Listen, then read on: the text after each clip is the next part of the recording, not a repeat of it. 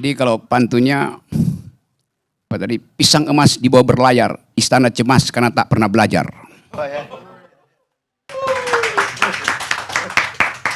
Akibat nggak pernah belajar, tadi betul Mas Hinton, kita seolah-olah menduga-duga isi karung itu apa tuh. Capresnya siapa, wapresnya siapa tuh. Padahal sebetulnya dari awal kita tahu ini bukan kucing di dalamnya. Dalamnya namanya cepret, cebong kampret yang ada di dalam tuh. Karena mau dipaksa kawin paksa antara Anies dan Ganjar. Tadi saya baca tuh, saya datang ke sini, saya pikir judulnya Anies, duel Anies Ganjar. Ternyata duet Anies Ganjar. Sial betul. Tapi oke lah, itu blessing disguise juga, karena artinya kenapa saya tahu bahwa di dalamnya adalah bukan kucing yang kita beli, tapi cebong dan kampret. Karena karungnya karung bolong, udah kelihatan. Nggak perlu disembunyikan lagi itu.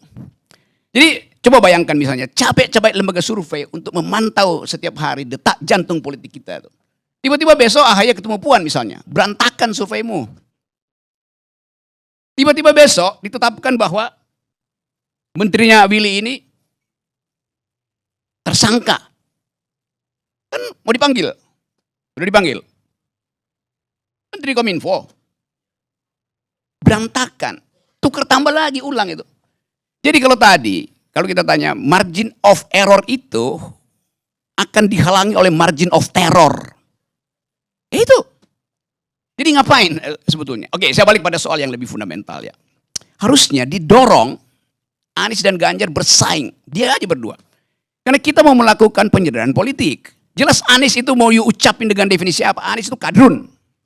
Ganjar itu cebong. Norma kita memastikan itu, walaupun headline-nya bilang udah nggak ada cebong kampret. Tapi semua konstituen Islam pasti ke Anies. Yang sekuler datang ke Ganjar tuh. Yang di tengah mekeng. Partai sentris. Berupaya untuk balancing antara ideologi kiri kanan. Tetapi itu antropologi politik kita adalah bersaing secara ideologis. Nggak mungkin Indonesia dalam 10 tahun ke depan itu, 5 kali pemilu itu hilang fasilitas Islam dan fasilitas sekuler. Jadi dorong aja supaya jelas. Jadi kalau pasang Anies dan Ganjar itu sama dengan pasang apa namanya, Amerika itu Donald Trump dan Hillary Clinton, itu ngaco tuh. Mending provokasi aja kan. Kayak silahkan tuh.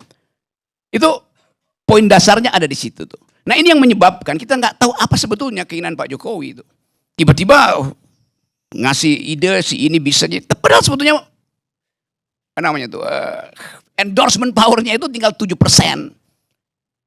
Tetapi tentu Pak Jokowi tahu bahwa dia sebagai negarawan udah nggak mau berpikir negarawan, dia mau berpikir sebagai politisi tuh untuk mengamankan dinasti. Karena itu dia mulai keluarin kartu satu-satu tuh. Gue punya sprindik ke Nasdem, gue punya sprindik ke PKB, gue punya sprindik macam-macam, potential sprindik. Karena dia tahu semua ketua partai ini punya komorbid. Dan semua ketua partai tahu bahwa Pak Jokowi juga belum divaksin. Sama, saling tagih. Itu dasarnya kan. Karena itu cemas versus cemas. Jadinya tuh. Di dalam keadaan itu kita nggak lihat ide untuk dipertengkarkan di medan debat tuh. Kegiatan politik istana apa sekarang? Atau partai politik lato-lato. Apa tuh lato-lato? Laki-laki tolol. Lama-lama tolol gitu. Karena nggak ada ide gitu. Kita mau lihat misalnya seandainya, coba kita uji. Apakah Anies mau batalkan IKN? Kan itu yang ditunggu tuh. Bagaimana mungkin? Demokrat pro IKN kok. PKS pro IKN. Nasdem pro IKN. Kan itu pertanyaan awal supaya ada etika itu. Karena pertaruhan kita adalah soal IKN. Karena itulah legasi Jokowi. Jadi kalau Jokowi mau bilang siapapun presidennya asal dia pro IKN, gue kasih sponsor tuh, gue kasih endorsement. Prabowo apalagi pro IKN pasti tuh. Golkar pro IKN. Itu benchmarknya mau dihitung di situ. Pro apa enggak tuh? Anies bilang ya oke, ragu-ragu, jawab aja pro apa enggak. Kan ada presidennya tuh, Anies pro Pulau G. Yang lain boleh dihapus, tapi Pulau G udah dimulai pembangunannya. Atas dasar presiden itu juga bisa dipakai buat IKN. Pembangunan udah dimulai kok Pak Jokowi, kenapa mesti dilarang tuh? Tetapi ethical imperatif mau kita uji. Kalau mau bilang perubahan, lakukan sejak sekarang, ucapkan. Saya nggak akan IKN itu diteruskan. Supaya rakyat tahu bahwa yang dibeli dia itu adalah kucing, bukan kampret. Atau bukan cebong. Jadi ini yang saya maksud, kita berupaya untuk menghidupkan kembali nalar publik itu.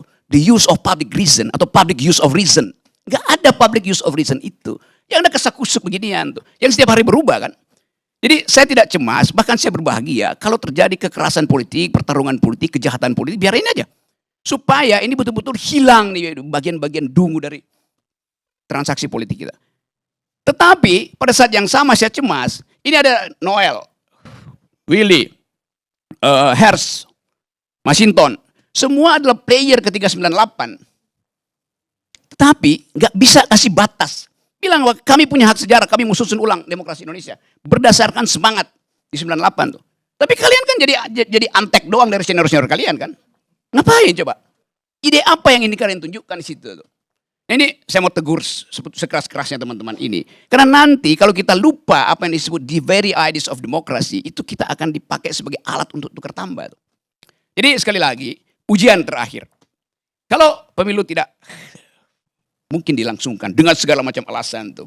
Ekonomi memburuk, potensial, bukan lagi potensial, Rusia udah bilang perang dunia ketiga aja tuh. Lalu diputuskan pemilu akan ditunda. Lalu terjadi kekacauan di daerah yang sekarang sudah mulai. Para bupati udah siap-siap untuk merdeka sendiri kan. Suasana itu, suasana bara sekam. Kita semuanya sekarang duduk di atas rumput kering. Yang setiap kali kita puntung rokoknya Effendi Ghazali itu langsung terbakar seluruh republik ini kan. Kalau itu terjadi dan kita proyeksikan itu potensial terjadi, mampu nggak Ganjar memimpin perubahan, melanjutkan Jokowi di tengah-tengah kekecewaan itu? Atau pertanyaan yang lebih strategis, mampu nggak Anies Baswedan memimpin perubahan di luar sistem elektoral? Mampu nggak tuh? Nggak bisa. Karena kita tahu watak Anies. Lebih mungkin kita minta Pak Surya Paloh jadi presiden di dalam keadaan krisis. Karena dia lebih mampu memimpin rakyat, memimpin massa itu dengan pidato segala macam tuh. Itu yang mesti kita bayangkan tuh. Kalau yang sekarang standar-standar tuh tiap hari gue baca survei itu gak ada gunanya tuh. Jadi point of interest kita kembalikan bahwa kita bangsa ini mau mengembalikan etika politik. Itu dasarnya tuh. Dan itu yang kita tuntut, saya dan Pendi ini berupaya terus minta 0% kan. Supaya gak ada kasakusuk. Kalau dari awal 0% gak ada kasakusuk begini. Jadi janji demokrasi itu yang saya tagih sekarang. Dari Willy, Masinton, lu juga Noel tuh. Ucapin sesuatu bahwa kita adalah brainchild dari 98. Anak pikiran dari reformasi. Dan kita tuntut itu sekarang. Bikin batas itu. Nah kalau itu terjadi, gue dukung kalian berempat jadi calon presiden. Makasih. Tetap 0%. Pertanyaannya, setelah beberapa kali ketemu LBP, apa arahan LBP untuk Rocky Gerung? Dia minta arahan dari saya justru tuh. Apa yang mau terjadi? Karena LBP nggak tahu keadaan di bawah, dia cuma tahu data yang disebut sebagai big data tuh. Dan kita nggak tahu siapa yang supply data itu ke LBP. Itu dasarnya. Jadi soal semacam itu justru yang kita ingin pastikan bahwa ada orang sinis bahwa pasti Rocky Gerung diarahkan oleh LBP itu. Karena saya ngobrol dengan LBP. Pasti Rocky Gerung diarahkan oleh Yusuf Kalla, saya ngomong dengan Yusuf Kalla. Pasti Rocky Gerung diarahkan oleh Mahfud MD. Karena saya ketemu mereka, bicara itu. Pasti diarahkan oleh Gibran, karena Gibran datang ke tempat saya tuh. Itu tai kucing semua itu. Yes, saya nggak ada problem dengan itu. Jadi saya beroposisi dengan Presiden Jokowi. Ngapain beroposisi dengan pembantu-pembantu presiden? Konyol namanya.